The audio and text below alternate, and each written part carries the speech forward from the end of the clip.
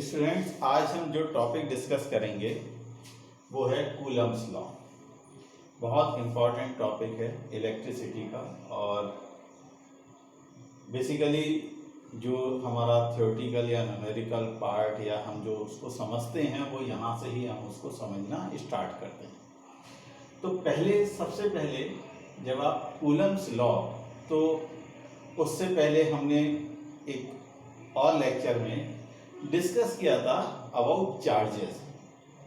Charges क्या होते हैं, तो हमने बेसिकली ये फाइंड किया था या ये स्टडी किया था कि दो टाइप के चार्जेस हैं, पॉजिटिव एंड नेगेटिव। क्या है चार्ज? चार्ज बेसिकली एक प्रॉपर्टी है पार्टिकल की। जैसे मास एक प्रॉपर्टी है, वैसे ही चार्ज एक प्रॉपर्टी है। तो चार्ज दो टाइप के हो सकते हैं, पॉजिटिव एंड नेगेटिव। अब depending upon the nature of charges on that particle, they experience these, suppose we have two charges, then they experience repulsive or attraction force। या तो उनमें रिपल्सिव फोर्स होगा या अट्रैक्शन फोर्स होगा। कैसे कब होगा? देखिए बहुत सिंपल सा है, same charges ripple each other. जो सेम चार्ज है, चाहे वो पॉजिटिव चार्ज है, हमने दो टाइप के चार्जेस पढ़े, positive and negative. Actually positive negative उनके दो टाइप हैं, तो एक को हमने पॉजिटिव बोल दिया और एक को हमने नेगेटिव बोला। जो प्रोटॉन पर चार्ज है, देखिए जब आप पहला चार्ज वाला वीडियो आप देखेंगे तो वहां पर आपको मिलेगा कि हमारे पास दो बेसिक पार्टिकल्स हैं, प्रोटॉन एंड इलेक्ट्रॉन।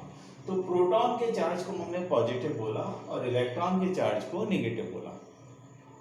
ये दोनों चार्जेस आपस में रिपल्सिव फोर्स शो करेंगे या अट्रैक्शन फोर्स शो करेंगे। सेम चार्जेस होंगे, मींस पॉजिटिव पॉजिटिव और negative negative. They always ripple each other, हमेशा एक दूसरे को रिपल करेंगे। रिपल्सिव फोर्स उनके बीच में लगेगा। और अगर इनके बीच में ये दोनों चार्जेस प्लस और माइनस हैं, they always attract each other, हमेशा एक दूसरे को अट्रैक्ट करेंगे। तो ये तो हमने अट्रैक्शन और रिपल्सिव तो टाइप हो गया, वो कितना फोर्स एक्सर्ट करेंगे, that is basically Coulomb's law. Coulomb's ने ये बताया कि वो दोनों चार्जेस कितना फोर्स एक दूसरे पर अप्लाई करेंगे। So according to Coulomb's law, suppose we have two charges Q1 and Q2, and they are placed at the distance r, means ये दो चार्जेस हैं Q1 and Q2। अभी मैंने इन पे प्लस या माइनस अप्लाई नहीं किया है, अभी बताऊंगा। और इन दोनों चार्जेस के बीच में डिस्टेंस कितना है, r। So according to Coulomb's law, the force between these two charge, force may be of repulsive or attraction type depending upon the nature of charges, but this force is directly proportional to product of charges, that is F is directly proportional to Q1 and Q2। Second thing इन्होंने ये बताया, force is inversely proportional to square of distances between the charges। जो r है, r के square के inversely proportional होगा। तो ये दो आपने लॉ दिए। अब इन दोनों को हम कंबाइन करते हैं, Q1 Q2 over r square. और आपको मालूम है जब भी आप प्रोपोर्शनैलिटी का साइन हटाएंगे, हम यहां पर एक कांस्टेंट यूज करते हैं, Q1 Q2 over r square. ठीक है, तो ये क्या हुआ, ये मैग्नीट्यूड हुआ। This is basically magnitude of force between these two charges. अब सेकेंड थिंग देखिए, आपको मालूम है ये फोर्स कैसी क्वांटिटी है, वेक्टर क्वांटिटी। तो तो ऑब्वियसली इस पर जो फोर्स लग रहा होगा या इस पर जो फोर्स लग रहा होगा, ये दोनों फोर्स की एक डेफिनेट डायरेक्शन होगी। अब वो डायरेक्शन कौन सी होगी? If these two forces are of same type, means दोनों पॉजिटिव हैं या दोनों निगेटिव हैं। जब ये दोनों पॉजिटिव या दोनों निगेटिव होंगे तो फोर्स यूं लगेगा। दोनों चार्जेस पर सेम फोर्स लगेगा। देखिए दो चीजें हैं, दोनों चार्जेस पर सेम फोर्स लगेगा। फोर्स का अमाउंट क्या होगा? ये अमाउंट होगा k q1 q2 over r square. अभी मैं k की वैल्यू बताता हूं, पहले आप ये देखिए। दोनों चार्जेस पर फोर्स इक्वल एंड अपोजिट होगा। कब? दोनों ही केसेस में। अगर ये दोनों पॉजिटिव है या दोनों निगेटिव है तो फोर्स कैसा होगा? Repulsive type. अब हम सेकंड केस देख लें। सेकंड केस में एक पॉजिटिव है और एक आपका निगेटिव है। जब सेकंड केस हुआ हमारे सामने तो ये दोनों चार्जेस, इनमें कैसा फोर्स लगेगा? अट्रैक्शन टाइप का फोर्स लगेगा। मींस दोनों चार्ज एक दूसरे को अट्रैक्ट कर रहे हैं। अब यहां पर एक और चीज आती है। देखिए ये दोनों फोर्सेस एक दूसरे को रिपल कर रहे हैं, ये दोनों फोर्सेस एक दूसरे को अट्रैक्ट कर रहे हैं। जो आपने न्यूटन थर्ड लॉ पढ़ा था, every action has equal and opposite reaction. यहां पर दोनों फोर्सेस कैसे हैं? इक्वल भी हैं, अपोजिट भी हैं। यहां पर दोनों फोर्सेस कैसे हैं? इक्वल भी हैं, अपोजिट भी हैं। दैट्स मीन मैटर नहीं करता है कि चार्ज कौन सा बड़ा है या कौन सा छोटा है।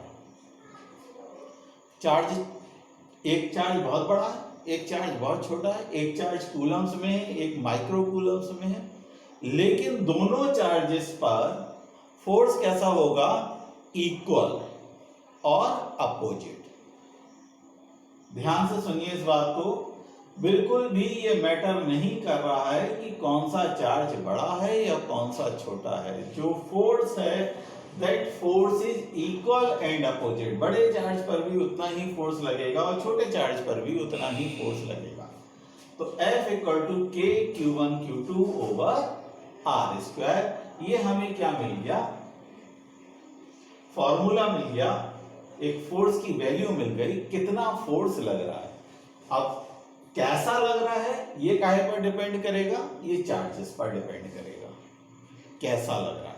मींस अगर हम यहाँ पर देखिए, एक और मेथड होता है। अगर हम यहाँ पर दोनों चार्जेस को साइन के साथ में रखते हैं, साइन के साथ मींस q1 प्लस साइन का है, q2 भी प्लस साइन का है अपॉन r स्क्वायर, तो इनकी वैल्यू क्या मिलेगी? हमें प्लस मिलेगी। तो जब ये प्लस मिल रही है तो फोर्स कैसा होगा? Repulsive type. और q1 प्लस है, q2 माइनस है अपॉन r स्क्वायर। तो जब ये f की वैल्यू माइनस में मिले, इन दोनों में से एक भी माइनस होगा तो हमें प्रोडक्ट क्या मिलेगा? माइनस मिलेगा। तो जब ये दोनों वैल्यूज माइनस मींस इनका प्रोडक्ट हमको माइनस में मिल रहा है, तब क्या होगा? तब ये फोर्स कैसा होगा? अट्रैक्शन टाइप का होगा। ठीक है, तो एक ये बात हमें याद रखने को रहती है, लेकिन कई बार हम इसको यूज करते हैं, कई बार नहीं करते हैं, क्योंकि हम डायरेक्ट फोर्सेस को चेक कर सकते हैं। इन चार्जेस के नेचर से डिपेंड कर जाता है कि हमारे फोर्सेस कैसे लग रहे हैं। अगर चार्जेस हमें दिखाई दे रहे हैं दोनों सेम टाइप के हैं तो ऑब्वियसली रिपल्सिव फोर्स होगा। चार्जेस अपोजिट टाइप के हैं तो ऑब्वियसली हमारा अट्रैक्शन फोर्स होगा। तो ये तो हम अब इस k की वैल्यू, k क्या है? यहां पर मैंने आपको बताया k क्या है, k प्रोपोर्शनैलिटी कांस्टेंट है और इसकी वैल्यू आपको मिलती है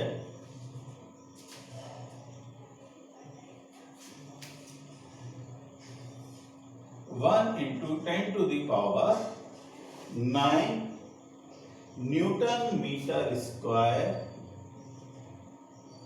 पर कूलम स्क्वायर। देखिए एक दो चीजें, ये वैल्यू कहां से आई? हमेशा ये जो प्रोपोर्शनलिटी कांस्टेंट की वैल्यू है ये हमेशा वैल्यूज आपको एक्सपेरिमेंटली हम इसको कैलकुलेट करते हैं। सेकेंड थिंग, इसकी यूनिट्स।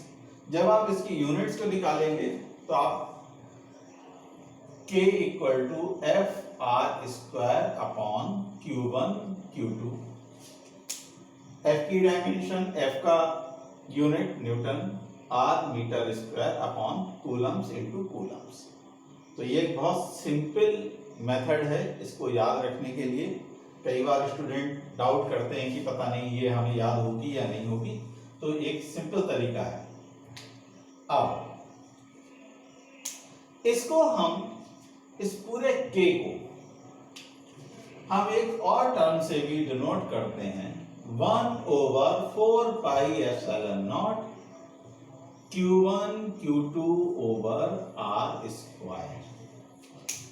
ये क्या कहलाता है? ये कहलाता है permittivity of the medium. Permittivity of the medium means, अब अगर हम इसको 1/4 pi epsilon naught equal to इस k के इक्वल रख दें, तो इस एप्सिलॉन नॉट की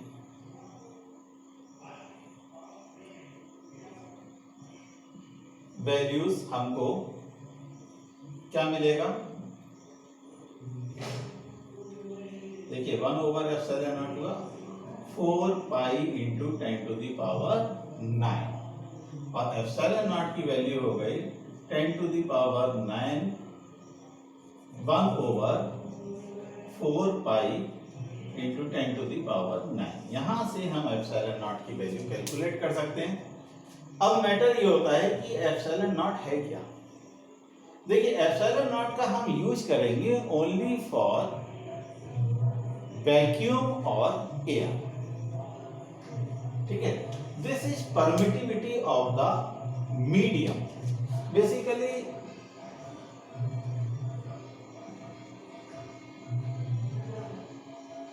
यहां पर मीडियम क्या है? एयर और वैक्यूम। अगर हमारा मीडियम चेंज होता है तो हम क्या यूज करेंगे? मीडियम चेंज होने के केस में हमारा f की वैल्यू हो जाती है 1/4 pi epsilon not small k Q1 Q2 upon R square. इसको स्मॉल के भी बोलते हैं, कप्पा भी बोल देते हैं। तो दिस इज स्मॉल के, this is what? This is basically relative permittivity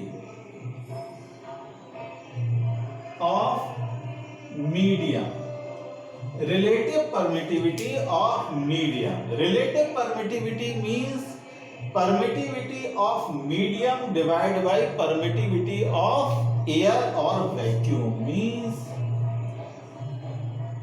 permittivity of medium in which these two charges are kept, जहां पर ये दोनों चार्ज रखे हुए हैं, divided by permittivity of air और वैक्यूम। तो परमिटिविटी ऑफ मीडियम को हम कहां से डिनोट करते हैं? एप्सिलॉन से। इसको हम एप्सिलॉन नॉट से। सो k इक्वल टू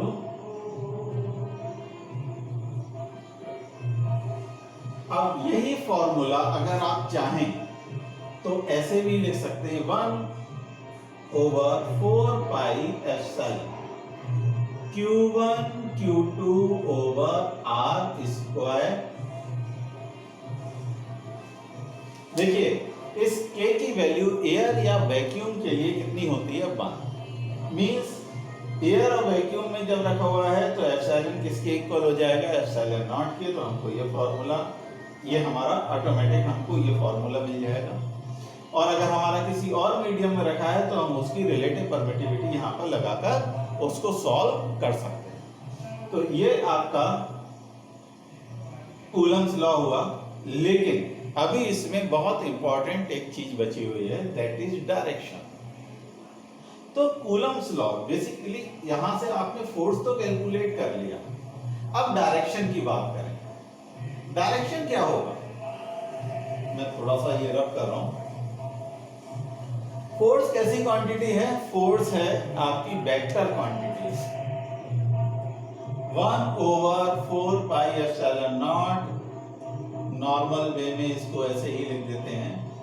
अब फोर्स कैसी क्वांटिटी है? Vector quantity. तो हम इसको वेक्टर में कैसे लिखें?